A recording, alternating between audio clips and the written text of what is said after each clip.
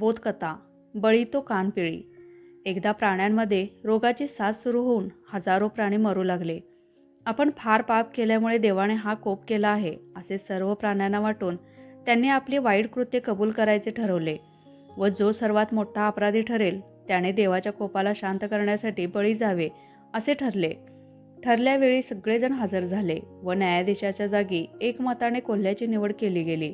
प्रथम सिंहाने पुढे होऊन कबुली दिली, मी फार गरीब कोकरांना ठार मारलं.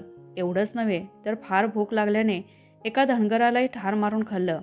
त्यावर न्यायाधीश महाराज मोठ्या गंभीरतेने म्हणाले, एखाद्या सामान्य प्राण्याने अशा गोष्टी केल्या असत्या तर नक्कीच मोठा अपराध ठरला असता.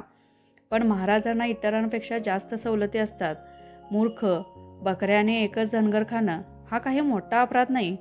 या निकालामुळे हिंस्र प्राण्याने कोल्ह्याची तारीफ केली. यानंतर वाघ, चित्ता, अस्वल वगैरे प्राण्यांनी आपापल्या कबुली दिल्या व कोल्ह्याने वरीलप्रमाणेच निकाल दिला.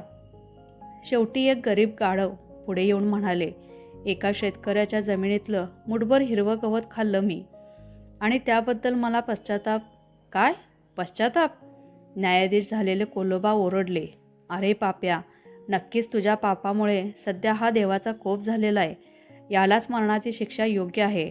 असा निकाल कोल्होबाने देताच सगळ्यांनी मिळून त्या बिचाऱ्या गाढवाला ठार मारले. तात्पर्य, बळी तो कानपिळी.